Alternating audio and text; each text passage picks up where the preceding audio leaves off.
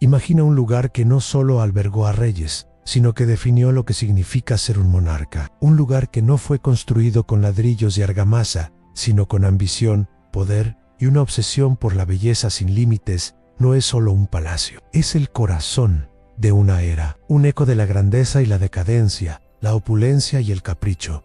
Hoy te invito a un viaje en el tiempo, un viaje no para leer un libro de historia, sino para sentirla, para respirar el mismo aire que una vez respiró la realeza más poderosa del mundo. Te doy la bienvenida a Versalles, un nombre que evoca más que un lugar, evoca una leyenda. Antes de que fuera el epicentro del poder francés, Versalles era un simple pabellón de caza, un modesto refugio de ladrillos y piedra que el joven rey Luis XIII construyó para escapar de la corte y sus intrigas, un lugar para la soledad, para el deporte y para la introspección. Pero su hijo, Luis XIV, conocido como el Rey Sol, tenía una visión completamente diferente. Él no buscaba un refugio, buscaba un trono. Y no quería un trono cualquiera, quería uno que fuera el centro del universo, una manifestación de su derecho divino a gobernar.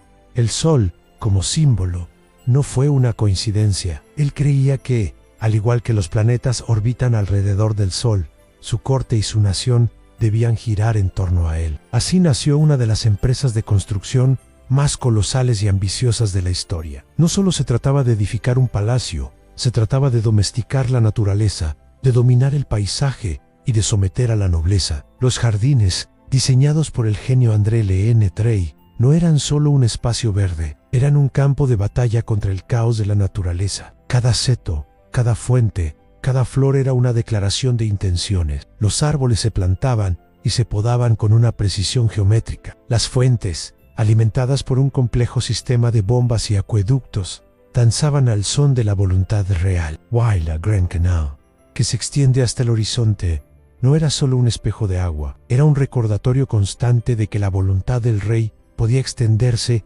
tan lejos como la vista. Y todo este proyecto, toda esta monumentalidad, se construyó con un propósito doble. Por un lado, glorificar la imagen del rey, y por otro, controlar a la nobleza. Luis XIV, astutamente, se dio cuenta de que si mantenía a la nobleza ocupada con ceremonias, rituales y la interminable etiqueta de la corte, no tendrían tiempo ni energía para conspirar contra él. Convertir la vida en Versalles en un espectáculo constante fue su genialidad. Cada mañana, el Lever du Roi, el ritual de despertar del rey, era un evento público al que asistían los cortesanos más privilegiados. Quien podía sostenerle la camisa, o entregarle su peluca, o presenciar este íntimo momento, obtenía un estatus y un favor que valían más que cualquier título. La vida en Versalles era un teatro, y todos, desde el más humilde sirviente hasta el duque más poderoso, eran actores en esta inmensa obra, con el Rey Sol como el director y protagonista indiscutible. La obsesión por el detalle era total. Los salones, decorados con pan de oro, mármol y las telas más finas, no eran solo habitaciones, eran vitrinas para el poder y la riqueza. La Galería de los Espejos, la obra maestra de Versalles, no fue solo creada para ser un pasillo. Sus 357 espejos reflejaban la luz de las ventanas, creando un efecto de brillo infinito que deslumbraba a los visitantes y servía como un recordatorio del esplendor del rey. Cada cristal, cada pieza de mobiliario, cada tapiz contaba una historia de triunfo, de victoria y de dominio. Pero la historia de Versalles no se detiene en Luis XIV. La magnificencia que él construyó fue el escenario de los triunfos y tragedias de sus sucesores, incluyendo a la icónica María Antonieta. Ella, que se sentía asfixiada por la estricta etiqueta de la corte, buscó su propio paraíso en los terrenos de Versalles, el Petit Trianon, y más aún, el Hameau de la Reine, su propia aldea rústica, donde ella y sus damas de honor podían vestirse como pastoras y vivir una vida simplificada, era an escape. Pero este escape, esta fantasía pastoral, solo servía para aumentar la brecha entre la realeza y un pueblo que sufría de hambre. La extravagancia de Versalles no era solo una manifestación de poder, también era una provocación, un polvorín a punto de estallar. Y el eco de esa explosión, la Revolución Francesa, aún resuena en sus muros. Versalles no es solo una colección de salones y jardines, es un espejo de la historia, una cápsula del tiempo que nos muestra el apogeo del poder absoluto y las semillas de su propia destrucción. Y lo más fascinante es que puedes caminar por estos mismos pasillos, sentir el frío del mármol bajo tus pies y mirar por las mismas ventanas por donde la realeza contempló su mundo. La historia no está en los libros, está aquí y te está esperando. Y eso es solo el comienzo. La mañana en Versalles no era un simple despertar, era el inicio de una coreografía diaria, un ballet de poder y etiqueta que definía la vida en la corte de Luis XIV. El sol nacía,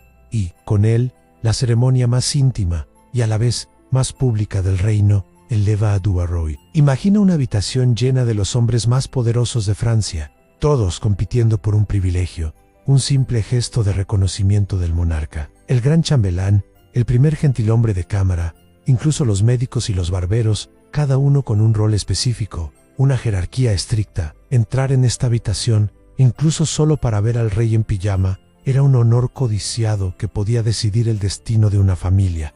Y esto era solo el comienzo. Después venía el Petit Lever, el Grand Lever, la misa, la audiencia, el almuerzo público. Todo lo que el rey hacía, lo hacía a la vista de todos, transformando su vida personal en un espectáculo. Y para los nobles, asistir a estos eventos no era una opción, era una obligación. Versalles no solo albergaba sus cuerpos, también controlaba sus almas. El rey les daba banquetes, bailes y obras de teatro, les ofrecía privilegios y títulos, a cambio, les arrebataba su poder político. Los mantuvo tan ocupados con las frivolidades de la corte que no tuvieron tiempo para planear rebeliones o consolidar su poder en sus propios dominios. Se volvieron parásitos de la luz del rey sol. El lujo no era un simple capricho, era una herramienta de poder. Cada salón en el palacio, desde el Salón de la Abundancia hasta el Salón de la Paz, tenía un significado. Los techos pintados no eran solo hermosas obras de arte, eran mapas de la mitología, con dioses y héroes que convenientemente se parecían mucho a Luis XIV y a las glorias de Francia. El mensaje era claro, el poder del rey no era solo terrenal, era divino, su autoridad no era cuestionable, porque venía del cielo. El mármol de las paredes, los candelabros de cristal de Bohemia, los tapices de los Gobelins, todo estaba diseñado para abrumar, para hacer que los visitantes se sintieran pequeños, insignificantes ante la grandeza de la monarquía. Pero detrás de todo ese esplendor, la vida en Versalles no siempre era fácil. Se estima que en su apogeo, la corte albergaba a más de 10.000 personas, un verdadero laberinto humano. El hedor era un problema constante, ya que las comodidades modernas no existían. Los nobles, a pesar de sus ropas elegantes, a menudo tenían que buscar rincones ocultos o los jardines para hacer sus necesidades. Los pasillos, a pesar de su belleza, eran gélidos en invierno y sofocantes en verano. Y la comida, aunque abundante en los banquetes reales, no siempre era de la mejor calidad. La paradoja de Versalles es que el lugar más lujoso de Europa era, en muchos sentidos, un lugar incómodo y a veces insalubre. Después de la muerte del rey Sol, el palacio continuó siendo el epicentro de la monarquía francesa, pero la magia se estaba desvaneciendo. Luis XV, su bisnieto, prefirió la intimidad y las artes a la pompa de su predecesor. Y Luis XVI, el último rey en Versalles, fue una figura trágica que no pudo controlar la tempestad que se avecinaba. Fue su esposa, María Antonieta, quien se convirtió en el símbolo de la desconexión entre la realeza y el pueblo. Su fascinación por la vida simple en su aldea de cuento de hadas, el Jamo de la Reine, no la hizo parecer más humilde, sino más ajena a la realidad. Mientras ella y sus damas jugaban a ser pastoras en un entorno idílico, fuera de los muros de Versalles, la pobreza y el hambre se extendían por Francia.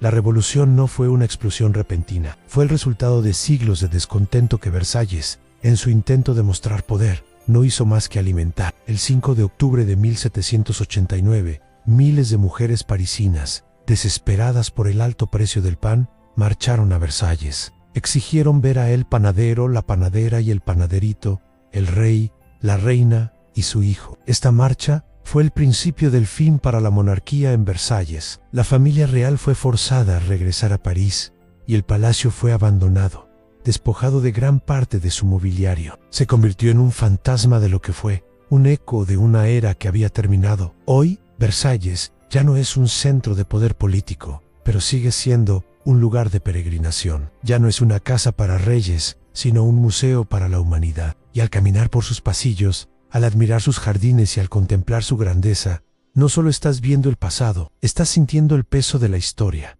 la ambición de un rey, la desesperación de un pueblo y la fragilidad del poder. La próxima vez que visites Versalles, no veas solo un palacio. Observa una historia viva, un recordatorio de que incluso los imperios más grandiosos pueden caer, y aún hay mucho más que descubrir en sus rincones. Si bien la historia de Versalles es una epopeya de poder y ambición, lo que lo hace realmente fascinante hoy en día es que la puedes tocar, puedes sentirla. No es un palacio cerrado en el pasado, es un lugar vivo, con sus propios secretos y sorpresas. La Galería de los Espejos, por ejemplo, es sin duda la joya de la corona, y la mayoría de la gente la visita, se toma una foto y se va. Pero para apreciarla de verdad, hay que detenerse. Observar cómo la luz de las ventanas se proyecta en los espejos, creando un juego de reflejos que desorienta y maravilla. Imagina los banquetes, los bailes, las intrigas que se desarrollaron en este mismo espacio. Cada paso sobre este suelo de mármol es un paso sobre la historia. Es en este lugar donde se firmó el Tratado de Versalles,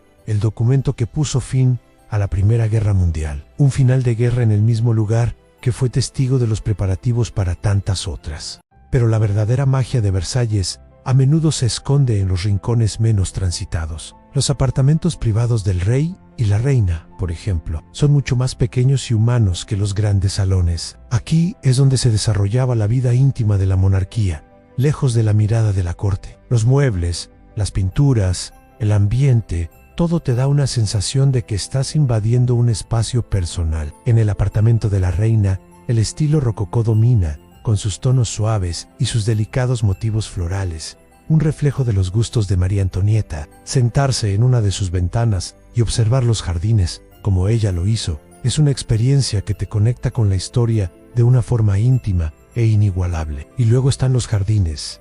La obra maestra de Leene Trey es un destino en sí mismo. No Eason Park es un museo al aire libre, un laberinto de belleza y simbolismo. La Fontaine de Latón, por ejemplo, que cuenta la historia mitológica de la madre de Apolo y Diana, perseguida por el pueblo de Lidia, es una advertencia. Los campesinos de Lidia, transformados en ranas, son una representación de cómo la naturaleza puede ser domesticada por el poder. Caminar por las arboledas donde se esconden salones secretos y fuentes es una aventura. El aire es fresco, el olor a tierra y agua está en todas partes, y el murmullo de las fuentes crea una banda sonora perfecta para una caminata de ensueño. El Gran Canal, que se extiende por 1.6 kilómetros, no es solo una piscina gigante. En la época de Luis XIV, era un puerto para barcos, incluyendo réplicas en miniatura de navíos de guerra y góndolas venecianas. Hoy en día, puedes alquilar una barca y remar por el mismo canal, con el palacio majestuoso a tu espalda. Es una perspectiva única que te permite apreciar la escala monumental del lugar. Al hacerlo,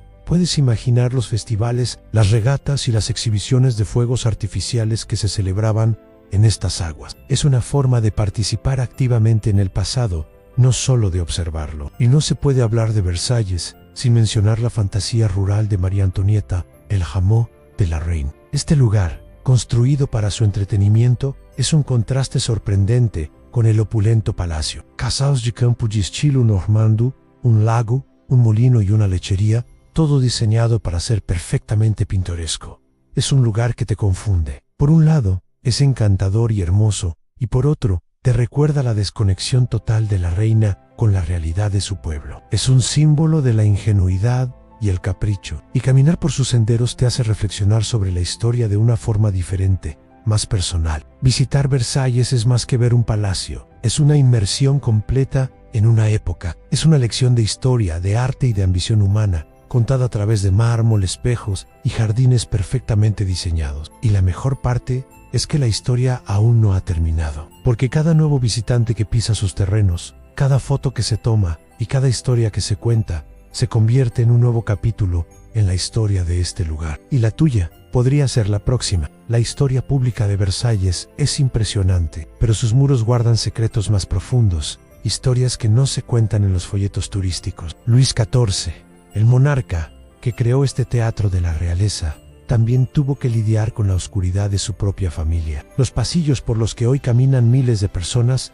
una vez fueron testigos de conspiraciones, enfermedades y, en un caso particular, de un misterioso prisionero a la máscara de hierro, un hombre cuya identidad ha intrigado a los historiadores durante siglos. Se dice que fue encarcelado en varias prisiones, incluida la Bastilla, y siempre con un misterioso velo o máscara de hierro que cubría su rostro. Aunque nunca se ha confirmado su conexión con Versalles, la leyenda dice que su secreto era tan grande, tan peligroso que tenía que ser alguien de la realeza tal vez. Incluso un hermano gemelo de Luis XIV, cuyo nacimiento fue ocultado para evitar una disputa por el trono. La pura existencia de esta leyenda, de este rumor que recorre los pasillos, te hace ver el palacio no solo como un lugar de gloria, sino también como un lugar de oscuridad. Y no solo hay misterios, también hay historias de superstición y misticismo. Luis XIV, a pesar de su poder absoluto y su fe religiosa, estaba rodeado de astrólogos y adivinos que le aconsejaban sobre sus decisiones. El palacio,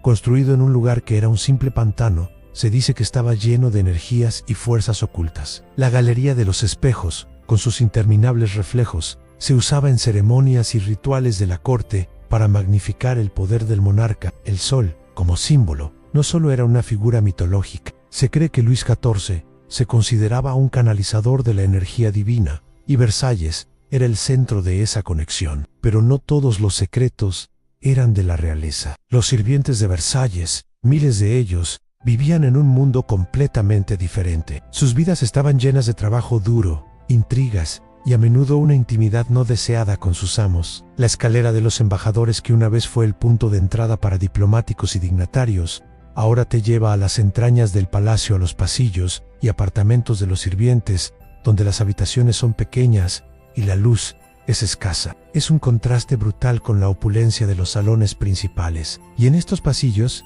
nacieron rumores y susurros que luego se esparcirían por todo París. Historias de excesos, de despilfarro, que cimentaron la ira del pueblo. El tiempo en Versalles era un concepto diferente. Estaba dictado por el sol, por las estaciones y por los rituales de la corte. Pero la llegada de Luis XVI y María Antonieta marcó un cambio. Con ellos llegó el deseo de modernidad, de vivir más como personas y menos como íconos. Se dice que la reina tenía un pequeño reloj de bolsillo, con un delicado mecanismo de relojería, que consultaba a escondidas para escapar de la rigidez de los horarios de la corte. La obsesión de la reina con las gemas y la moda, que la llevó a la ruina y contribuyó a su mala reputación. También era una forma de rebelión silenciosa contra las viejas tradiciones. Los salones de Versalles, que habían visto la gloria de Luis XIV, ahora eran el escenario de las fiestas de disfraces de María Antonieta, de sus obras de teatro y de sus juegos de azar. Y si te adentras en los jardines,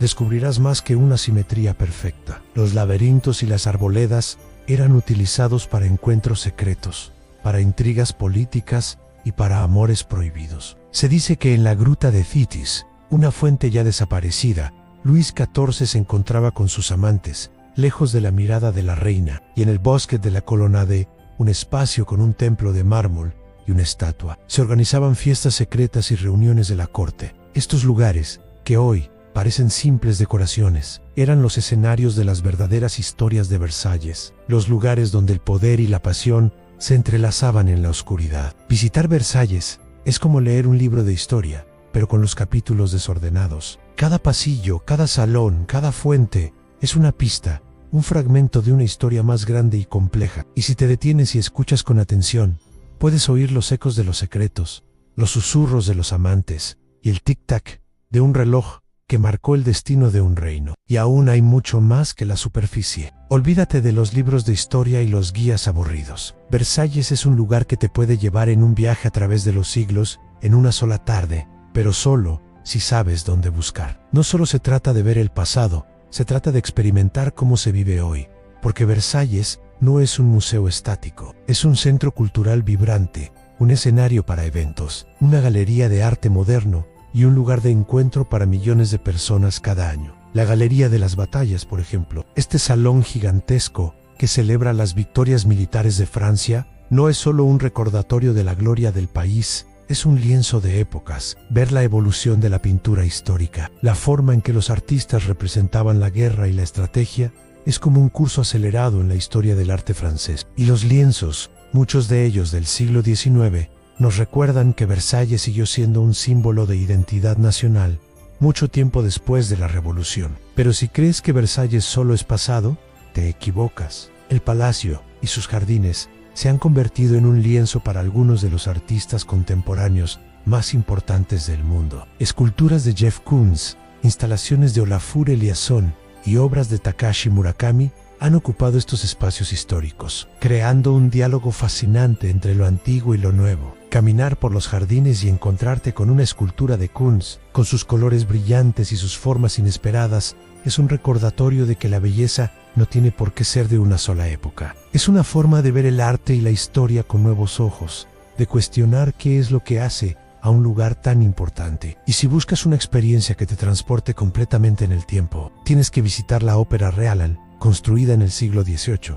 Es una joya de la arquitectura. El dorado de sus balcones, el terciopelo de sus asientos, el techo pintado con figuras mitológicas, todo está diseñado para deslumbrarte. Hoy en día, la ópera está completamente restaurada y alberga conciertos, ballets y, por supuesto, óperas. Asistir a un evento aquí es una experiencia única. Sentarse en el mismo palco donde se sentó María Antonieta, o presenciar una función en el mismo lugar donde Mozart dio un concierto de niño, es una conexión directa con la historia, una que no se puede obtener en ningún otro lugar. La visita a Versalles no tiene que ser solo histórica. La zona que rodea el palacio, la ciudad de Versalles, es un lugar encantador por sí mismo, con sus calles empedradas, sus mercados y sus restaurantes. Después de un largo día explorando el palacio y los jardines, no hay nada como sentarse en un café en la Plaza de Armas, con una vista majestuosa de la fachada del palacio. Los mercados, donde los locales venden quesos, panes y vinos, te dan un sabor de la vida francesa real, un contraste delicioso con el opulento mundo de los reyes. Versalles es un lugar de superlativos,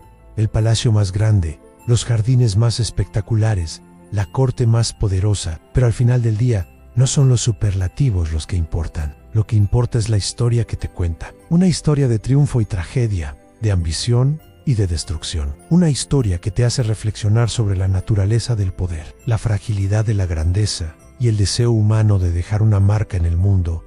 No es solo una visita, es una lección, es una aventura y es una experiencia que te cambia la forma en que ves el mundo. Y para que no olvides ni un solo detalle, la mejor forma de sumergirte es visitarlo por ti mismo. Hemos recorrido salones de mármol y galerías de espejos. Hemos caminado por jardines de ensueño y hemos descubierto secretos ocultos en los rincones más profundos del palacio. Pero más allá de la historia oficial, más allá de los datos y las fechas, hay algo que solo se puede sentir: la atmósfera de Versalles. Es un lugar que te habla, que te invita a la introspección. Si te alejas de las multitudes y buscas un rincón tranquilo, como este, puedes cerrar los ojos e imaginarlo todo. El murmullo de las conversaciones de la corte, el tintineo de las copas de cristal en un banquete real, el sonido de los pasos de Luis XIV en la galería de los espejos caminando solo en la noche, con la luz de la luna reflejándose en cada uno de ellos. Esa es la magia de Versalles.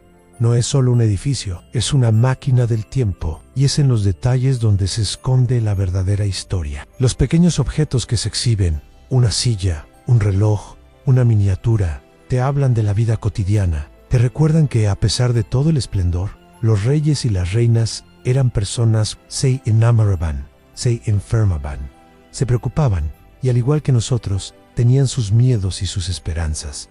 El amajou de la reina, por ejemplo, no fue solo un capricho, fue el intento de una joven reina de encontrar un poco de normalidad en un mundo de opulencia asfixiante, un lugar donde podía respirar, y el hecho de que ese lugar, que le trajo tanta paz, se convirtiera en un símbolo de su desconexión y, en última instancia, en un factor en su caída, es una de las grandes tragedias de la historia. Y si tienes tiempo para explorar, descubrirás que Versalles no es solo el palacio principal. Los terrenos albergan otras joyas, como el Gran Trianón y el Petit Trianón, cada uno con su propia historia. El Gran Trianón, con su fachada de mármol rosa, fue el refugio de Luis XIV y más tarde, el de Napoleón, un lugar de intimidad y de descanso. Y el Petit Trianón, el hogar de María Antonieta, es un lugar de una elegancia delicada y una serenidad que contrasta con el drama del palacio principal. La mejor manera de explorar estos lugares es en bicicleta o en un pequeño vehículo eléctrico. Es una forma de cubrir el vasto terreno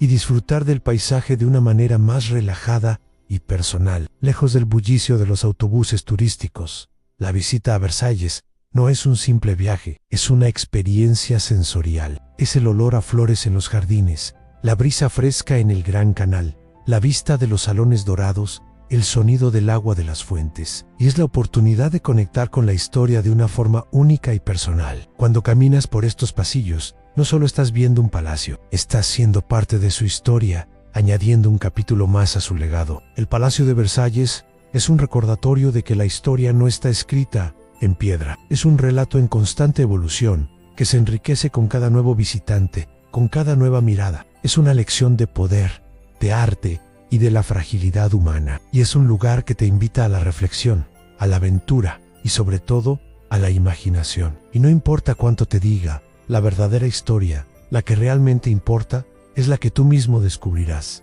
Y esa es una historia que vale la pena contar. Hasta ahora hemos explorado la grandiosidad, la tragedia y los secretos de Versalles. Pero hay una historia más sutil, una que a menudo se pasa por alto, la historia del arte y la artesanía. Cada rincón del palacio es un testimonio de la maestría de los artesanos franceses. Las pinturas de los techos, las esculturas de los jardines, los delicados trabajos de orfebrería en los salones, todo fue creado por una legión de artistas y artesanos que trabajaron para convertir la visión de un rey en una realidad tangible. Los Gobelins, por ejemplo, los famosos tapiceros, produjeron obras de arte que no solo decoraban las paredes, sino que también contaban historias, glorificando las conquistas y las virtudes del monarca. Ver estos tapices de cerca es ser testigo de una técnica que ha sido perfeccionada a lo largo de los siglos, con una riqueza de detalles y colores que te dejarán sin aliento. Y no solo se trata de arte de gran escala. Los muebles, que ahora se exhiben en el palacio, son por sí mismos obras de arte. Los gabinetes de ébano con incrustaciones de marfil, las sillas de caoba tallada, los espejos con marcos dorados. Cada pieza fue meticulosamente diseñada y construida para la realeza. El Bureau del Rey, un escritorio de proporciones majestuosas, es un ejemplo de la carpintería fina y la ingeniería de la época, con sus cajones secretos y sus mecanismos complejos. Son objetos que nos conectan directamente con la vida de los reyes. Nos permiten imaginar dónde se sentaban para firmar documentos de Estado o escribir cartas personales. Los jardines, a pesar de su apariencia controlada y geométrica, son un museo de escultura al aire libre. Las estatuas de mármol que representan a los dioses y héroes de la mitología griega y romana no son solo adornos, son lecciones de historia y de literatura, diseñadas para educar y entretener a la corte. La Apolo de Versalles, por ejemplo, que se encuentra en la Fuente de Apolo, es una escultura que exalta la conexión del rey Sol con el dios del sol. Caminar por los jardines y ver estas esculturas, que han resistido el paso de los siglos, es una experiencia única. Es ver cómo el arte puede ser utilizado para construir un relato, para legitimar un poder y para crear una leyenda. Pero toda esta belleza y opulencia no estaban exentas de costos. El mantenimiento del palacio y de los jardines era una carga financiera descomunal para el reino. Miles de personas trabajaban día y noche para que todo funcionara. Los jardineros, los fontaneros, los cocineros, los sirvientes, cada uno tenía un rol crucial en el funcionamiento de esta inmensa máquina. Y la vida para ellos no era un cuento de hadas. Las enfermedades, el hambre y la pobreza eran una realidad constante. La otra cara de la moneda de la opulencia del rey era el sufrimiento de su pueblo. Es una dualidad que está siempre presente en Versalles y que se puede sentir en el aire. La grandiosidad y la miseria, la belleza y el dolor se entrelazan en cada rincón. Versalles es un lugar que te desafía a pensar más allá de lo superficial. Te invita a explorar no solo la historia de los reyes y las reinas, sino la historia de la ambición humana, de la búsqueda de la belleza y del costo que a veces tiene el poder. Es una lección de historia del arte, de política, de sociología y de la condición humana. Y es un lugar que te recordará que la historia no es algo del pasado, es algo que aún está vivo, que aún respira y que te espera para que la descubras por ti mismo. Hemos llegado al final de nuestro viaje. Hemos atravesado los siglos, desenterrado secretos y caminado por los mismos pasillos que una vez resonaron con los pasos de la realeza más poderosa de Europa. Hemos visto a Versalles no solo como un palacio, sino como un símbolo de poder absoluto, un teatro de la vida y una obra de arte monumental. Pero la verdadera pregunta es, ¿Por qué sigue importando hoy? ¿Por qué millones de personas viajan de todos los rincones del mundo para visitar un lugar que fue abandonado hace más de 200 años? La respuesta es simple. Versalles es un recordatorio de la ambición humana, de lo que somos capaces de construir cuando el poder y la visión se entrelazan. Es una lección de historia viviente que nos enseña que los imperios más grandes pueden caer, que las fortunas más vastas pueden desaparecer y que incluso los reyes son vulnerables. Y al mismo tiempo, es un testamento a la perseverancia y la belleza, porque a pesar de las guerras, las revoluciones y los siglos de abandono, Versalles se ha levantado de sus cenizas, ha sido restaurado y ahora está abierto para que todos lo disfrutemos.